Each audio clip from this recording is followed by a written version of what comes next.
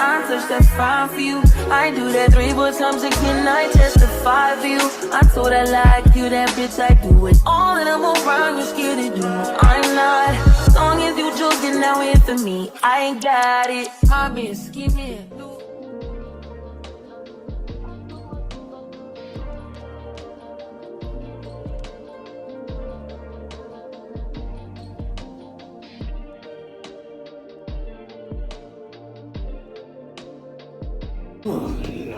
You gotta work on saying amen. Say amen. Amen. I'm about to be asleep. Amen. The day of surgery, I was really nervous. I was grateful that I knew finally what was going on with me. I just felt like, God, why is all this happening? Why am I in so much pain? Why am I so sick? I couldn't even be there for my son. I couldn't even really take care of him and do everything that I was doing before once I got pregnant. And I had so much mom guilt because I was feeling terrible, like throwing up nonstop, like not even able to eat, like just feeling terrible. I'm going to let you guys know. Let me look up what my levels were in the beginning. So we have this emergency surgery. I'm literally throwing up so bad while I'm waiting for surgery. I was waiting for hours because they were backed up. So I had to wait an additional 2 hours on top of the 12 that I already waited. I was feeling terrible. I was just ready to get this over with. And I kept looking at my baby like, oh my gosh, I'm about to go into surgery, Lord. Please let everything work out.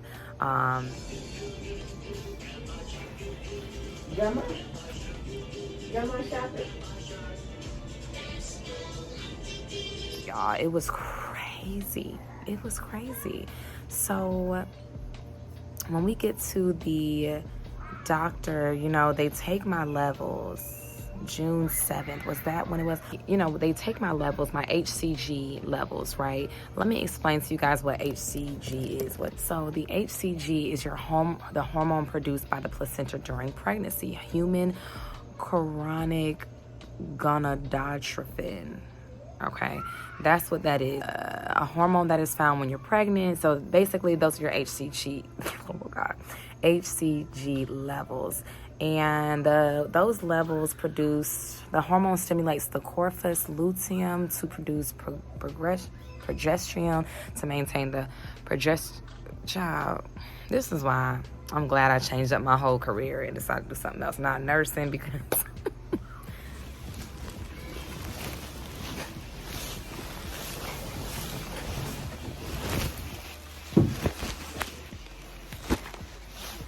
so my HCG level in the beginning, June 7th, is when I had my first ultrasound and I went to the doctor. They took my blood and everything. My levels were at 432, so they were extremely high. You would think that I was having twins, or maybe that's what I was supposed to have, was twins, but they were extremely high. And with those type of high levels of HCG, your emotions are extremely terrible. Like I am pregnant, but I'm on 20. Like 20 or 10. It was my levels were at a 432, right? So she says, boom, we got to have an emergency surgery. We have to take this out of you. We have to take this, basically this cell or this mole or this, I don't want to say like, not a tumor. I don't know. They're just like cells. I still don't even understand like cells inside of me. Like I literally went to my friend's house and I just broke down crying like, girl, what is inside of me? Like, what has been growing inside of me? Like, it was this part of me that was freaking out. Like, what the heck is in my body? Like, what is in my body for real? Like, I'm over here thinking I'm pregnant and I'm holding my baby in pictures and like thinking, oh my God, I'm so happy. And it's not even a baby. Like, it's just, whew, Jesus. So anyway, so I had to have the emergency surgery. It was such a long process waiting. But once I had the surgery, it was pretty quick. I didn't remember anything. I woke up, I was in pain and I was out of it. I remember they, tried to see if I was okay to stand. I immediately fell. I was so weak. I lost so much blood. I had a lot of that in me. Like April, May, June, this is June. It's been about 2-3 months since I thought that I was pregnant. So whatever was growing inside of me was really getting bigger and bigger and bigger. So, I lost so much blood. I had to get more blood. So I lost so much blood. I couldn't even stand up. They had to give me a blood transplant. Like, I'm here in this hospital alone. Like, thank God for my parents. Thank God for my mom and dad at that time. That's why God is amazing, because we came to South Carolina coming here because we needed help. And look, we needed more help than we thought. I needed to be in surgery. I had to go through a whole surgery. I couldn't even be there for my son that night. That was the first time I ever did not sleep by my baby. Like, it was a lot. It was a lot. It was so much. What, don't hang it? When they hang, they do it backwards. What, like this? When they spike it the other way, how you was about to do it? Oh, I thought, hey, that's how I do that. I don't even have ear bubbles.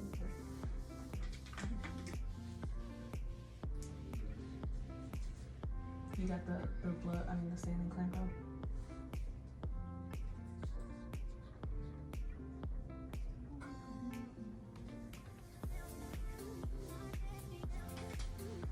So dramatic. I said it's so dramatic.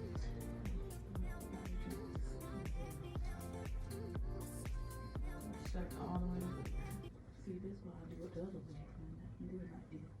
There you go. Oh, okay. Squeeze. She was saying that she was gonna give me some medicine to go to sleep or something. Yeah, after the blood transfusion, yeah. Okay. If you start feeling like short of breath, itchy, anything like that, let us know and we'll stop it. Okay. So I'll be in here. Stop the transfusion? Yes. So it's like a time frame, like how long? Yeah, like is it? 3 hours. Oh, so it's just pumping into her? Yeah, it's going right now. Wow. Okay. Here for a little bit. You feel fine?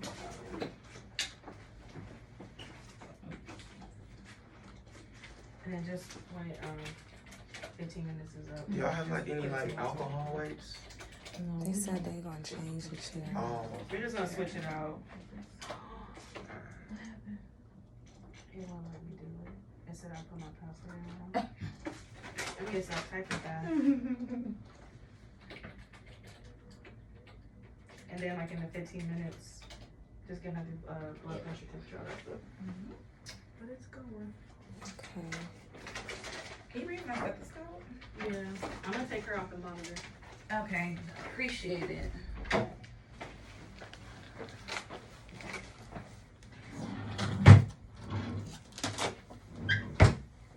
You wanna lay back or something in the bed? You don't have to sit up this whole time. Not yet. You sure? All right. I'm just going in here just to make sure Okay. you feel all right.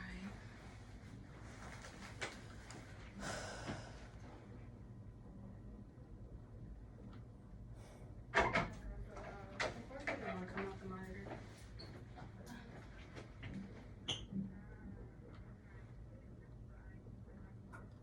Okay, thank you. Okay. Nope. She said she can't look at the strip, so she gonna call back. Meaning we gonna call her back. Yeah, she not gonna call back. Got it. Thank you.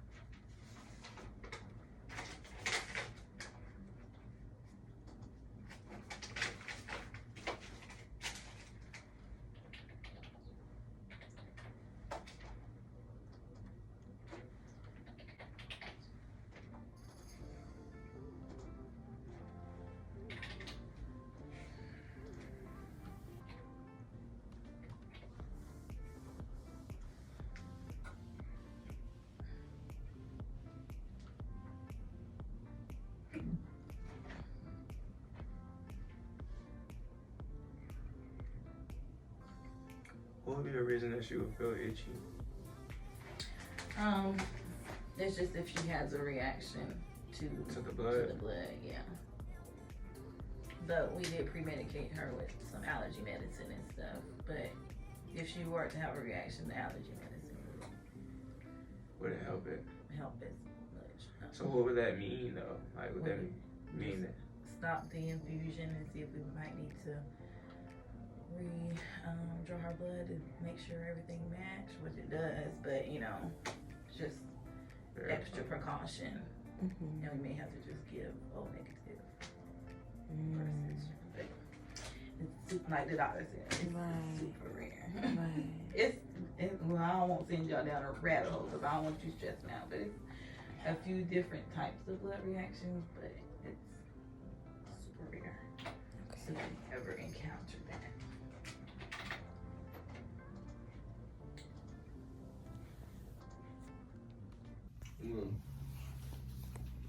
Oh yeah. Can see the city a little bit. Huh? That's the city a little. Little buildings.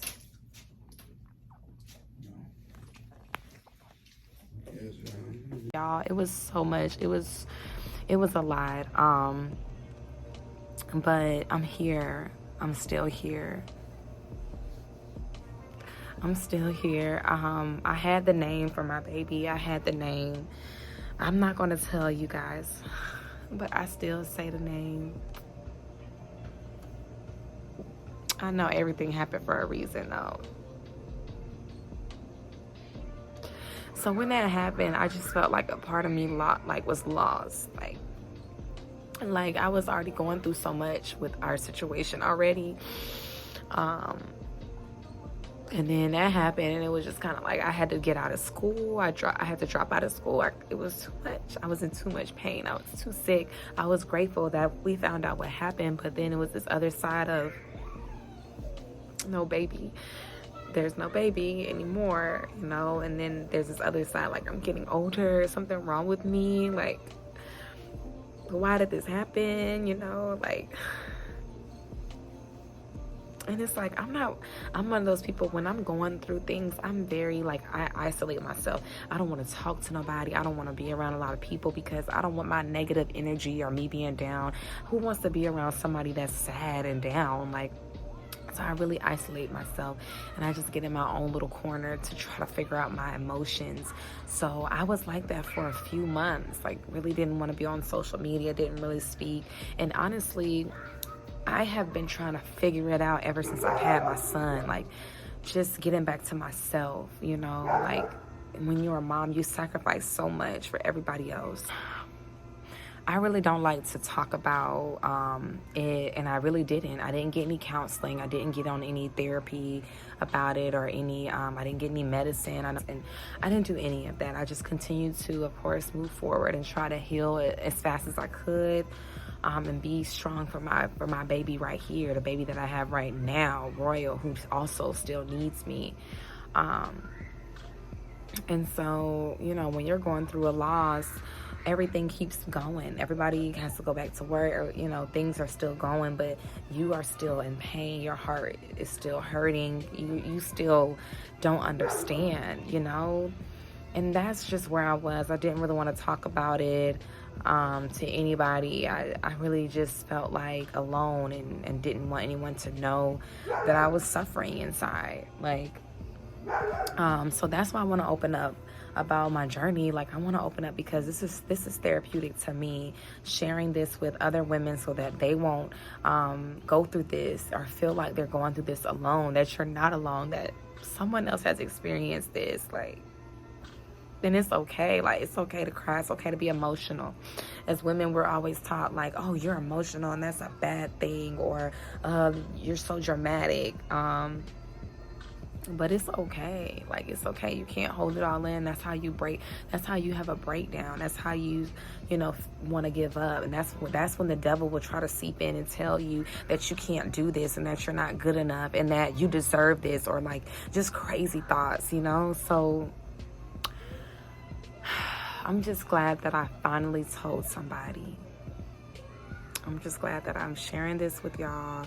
I'm excited about my journey into just really being my true authentic self and not worrying about what other people think about. Losing my child honestly made me it really rebirthed me, because I felt like in a flash, I have never had to go through surgery and went under anesthesia, and what if something goes wrong? And even though it wasn't like a major surgery, it still was scary to me. Like, you guys are taking this stuff out of my body. I don't know what is going on. Like, I just had cells growing inside of me. So yeah, and then after that, you know, even after the surgery, you have to constantly get your blood work done so that they can monitor your HCG levels. My levels had to be all the way at 0. So that is a journey in itself of constantly reminding me that I lost my baby. Like, even after that, I have to continue to go get blood work done. Even right now, I have to go back every month. Thankfully, I went back 2 weeks ago and my HCG levels were finally at 0. So I don't have any more of that inside of me. And they want to monitor it because this can also lead to cancer. Okay, so it's not something to take lightly. It's not something to say when you're feeling pain, you're feeling hurt, when you don't feel good, when people are telling you, oh, don't worry about it. You need to listen to your inner self, because I knew something wasn't right. I knew something wasn't right. You know, even people saying, oh, it's a girl, like, but no, like, something just wasn't right. So mama, I'm telling you, like, if you feel something, follow your gut, follow your intuition. That is God trying to lead and guide you. That is God trying to protect you. I know everything happens for a reason, and I am glad that I can uplift someone else and inspire someone else to keep going even when they suffered a loss. You are not alone. And you should not be ashamed of anything. You should not feel afraid to speak your truth. And you should never be ashamed of who you are as a person, because God designed you perfectly. Who you are, authentically. You are amazing. So I am so glad that I briefly shared what has, what happened. I'm gonna be explaining in some more videos, more details about, the situation. But I just want you guys to keep me and my family in prayers, and I will do the same for you. I feel like we have to get back to the community. We have to get back to the fellowship of being there for each other. You know, back in the day, we used to play outside and run around until the street lights went off, and just, we could run to so-and-so's house and so-and-so's house, and it was a community. And we need to be the same way, even virtually through social media. We are a community, okay? And I just want to say I love you guys. Thank you so much for continuously encouraging me and following on my journey. Just commenting, liking, always being there, from when I was on MTV to when I became a real estate agent to now I'm a mom. Like, life is a journey. And this situation is just a chapter of my story. And I know, what doesn't kill us and what doesn't kill you, it makes you stronger. It makes you stronger and wiser. So yes, guys, that is all for today. I'm so glad I got to share with you guys a little bit about where I've been and what has been going on. It's such a relief to do this, to talk to somebody about it and just get it out there and tell the world, and not be ashamed anymore or feel like I have to hide, or, I don't know, any woman out there that has experienced this, please comment below. Let me know, how did you deal with this and how is it going? If you are currently experiencing this, please reach out to me. I would love to talk to you about my experience and my journey and how I got through this. And again, I love you guys. Make sure you like, comment, and subscribe.